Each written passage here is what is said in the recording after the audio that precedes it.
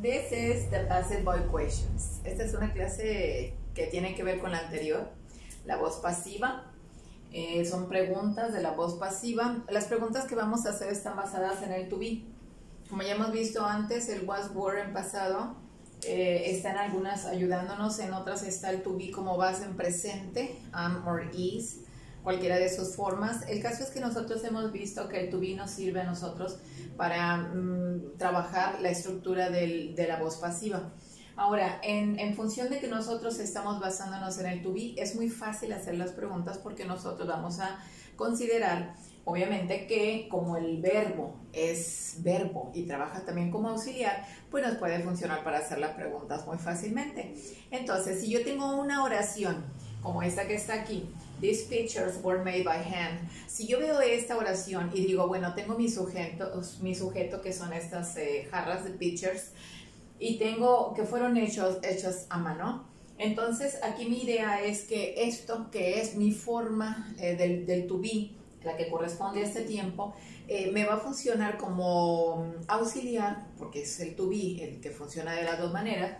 Entonces, lo único que hago es, como al principio lo hacía yo con las otras formas del to be, cuando recién empecé a estudiar como beginner, como principiante, cuando recién empecé a manejar el to be simple y decía you are a student y luego decían cámbialo, voltéalo, pásalo al primer lugar. Are you a student? Bueno, este es el mismo seguimiento que le vamos a dar a esto, ¿no? Vamos a voltear sujeto con verbo y vamos a definir nuestra pregunta, que va a quedar así. The picture sujeto va a pasar al segundo lugar y el were pasa al primer lugar como auxiliar, también como verbo, obviamente. Entonces tengo were these pictures made by hand. Eso es todo lo que hay que hacer, es simplemente cambiar de lugar el verbo were y the pictures, que es el sujeto, ¿ok? Sujeto y verbo. Y ese cambio hace que sea pregunta. Como pregunta tenemos were these pictures made by hand, y como oración, si ustedes notan, these pictures were by my hand. Entonces, son los mismos elementos, solamente cambiándolos de lugar y todo queda hecho, ¿ok? En la segunda, que tengo de este lado, aquí dice, the tower was built 2 years ago. Como enunciado, yo estoy dando una afirmación y diciendo que esto fue construido hace 2 años, ¿ok?